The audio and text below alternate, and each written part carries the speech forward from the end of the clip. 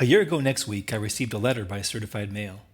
A delivery man showed up at our doorstep and required a signature, and I thought, that's unusual. And then I saw who it was from. It was from the stake president. At first, I didn't want to read the letter because I suspected it had to do with church discipline. However, just to make sure it wasn't a legal issue or something like that, I opened it and looked at the first and the last paragraphs of the letter, and I realized it wasn't a legal matter. It was church discipline. At that moment, I had a lot of mixed emotions about church discipline, and I wasn't ready to go there. And so, I put the letter in my safe until today. In taking a year to reflect before reading this letter, I've had time to consider where I stand with the LDS Church. I assumed I'd been disciplined in the letter and probably X'd. My LDS.org account was deleted right at that time. I was no longer contacted by home teachers, missionaries, or any other church official, and even lifetime friends from the church went radio silent. And that hurt. I felt judged and misunderstood, not only by the stake president and the bishop, but also by my friends and even close family members. And so I didn't want to rub salt in the wound by reading it. Until today. A year is a long time, and I think I'm ready. I'm going to open it up and read it through for the first time. And then I'll pause this video and write the rest of it. So, here's the letter. August 11th, 2023. Dear Matt, the stake presidency held a membership council on your behalf on July 26th at 7 p.m. at the Stake Center. During the council, we were able to consider the content of videos you have published that are critical of and demean the church, its leaders, and many of its core doctrines. It was unfortunate that you did not attend to provide your point of view. Beyond the content of the videos, much of what we discussed related to your spiritual well-being and that of your family and how the potential outcomes of the council would affect all involved. During the council and in the time that has followed, I've pondered and prayed on how best to help you. Invitations to meet have not been responded with, and I feel like every attempt has been made to avoid action that would result in membership withdrawal. Because you have repeatedly acted in clear and deliberate public opposition to the church, its doctrine, policies, and leaders, and intentionally worked to weaken the faith of other church members, your church membership is withdrawn. See Mosiah 26, Alma 6, and Moroni 6. Consequently, you may not enter a temple or wear the temple garment, exercise the priesthood in any way, partake of the sacrament or participate in the sustaining of church officers, give a talk, lesson, or prayer in church settings, or lead an activity in the church, serve in a church calling, pay tithes and offerings. You're encouraged to attend church meetings and activities if your conduct is orderly. All ordinances you have performed are revoked. It is my sincere desire that you will, quote, consider your ways and repent and return to the church. There is always a way back. I understand the weight this action has on you and your family. I have personally felt that weight as I have come to this decision. Know that you are all loved, and we stand ready to help in any way when needed. You may appeal the decision of the membership council by writing a letter to the First Presidency within 30 days. If you do so, the letter should be given to the stake president to submit to the First Presidency. Sincerely yours, Stake President. Okay, pausing. Okay, so there it is. In the language of the Care Bear rape gang, I've been lovingly excommunicated from the LDS Church. It's official. During the past year, as I've suspected, I'd either been disfellowshipped or X'd. I've had a lot of conflicting thoughts and emotions. The first one, I guess, is, what's my crime? Up till the day of my excommunication, I'd always paid my tithing. In fact, I'm paid 10 years in advance. I'd always attended church, kept the word of wisdom and the law of chastity. I was a perfect garment wearer, a Sabbath day keeper, and a calling magnifier. Heck, I didn't even swear or watch rated R movies. But according to my leaders, I was worthy of being damned to hell. I mean, let's be honest. Let's call a spade a spade. The LDS Church firmly believes that those that they X are the ones going to outer darkness. No family, no heaven, just eternal pain and torment, out there with Korihor and Hitler. So what did I do that would cause these leaders to want to send me to hell for eternity? I questioned them. Through my video channel, I questioned them using only the Book of Mormon as a reference. That's it. I questioned them through the very scriptures they taught me to study. Every video I put out, either on polygamy, tithing, the black racial ban, temple changes, every video was based firmly and extensively on scriptures from the Book of Mormon, a book the LDS church leaders pretend to believe in. And for that, in their minds, I was worthy to be sent to hell. That's a lot of hate. I can't imagine sitting in judgment over my worst enemy and sending them to hell.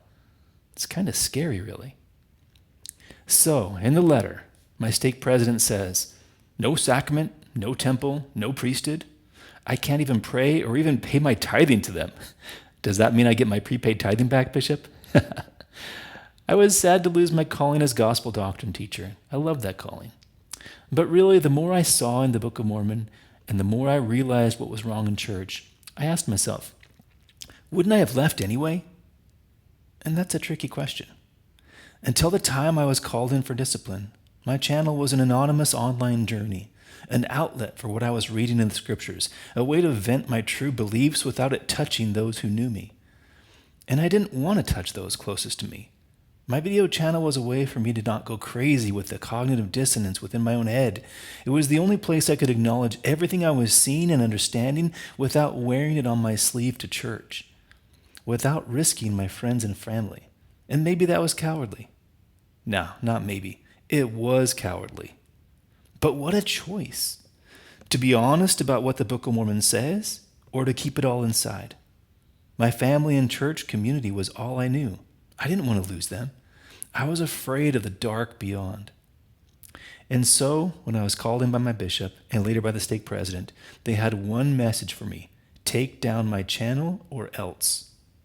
I asked them about the questions in my videos. They said, it's okay to have those questions, but I had to keep them inside. Don't say them out loud. Don't talk to anyone about them. I had to be a good little soldier and pretend, just like everyone else sitting in the pews each Sunday, that all is well in Zion. Zion prospereth, all is well.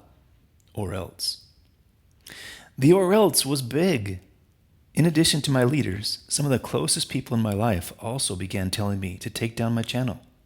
No one offered plausible answers to my questions. No one was willing to tell me which of the Book of Mormon scriptures I was using in my channels was false, or which quotes from the church leaders weren't true. But everyone demanded I take down my channel, or else. And so I caved. For 1 month. I wanted to just fade into the background, blend in, go back to the cafeteria, picking and choosing and faking belief and keeping it all inside. But I couldn't. The cognitive dissonance returned with a vengeance. I couldn't deny what the Book of Mormon was showing me. And most of all, I couldn't deny what God was showing me. I just couldn't pretend to myself anymore that God, my God, the God I was meeting for the first time in the Book of Mormon, I couldn't pretend he was what the LDS Church was telling me he was. I felt giving up and giving in was like denying the truth, denying everything he had given me. And so I put my channel back up. And sure enough, a few days later, the calls and the texts started coming. And then a summons via certified mail to a stake disciplinary council. But by that time, I had made my choice.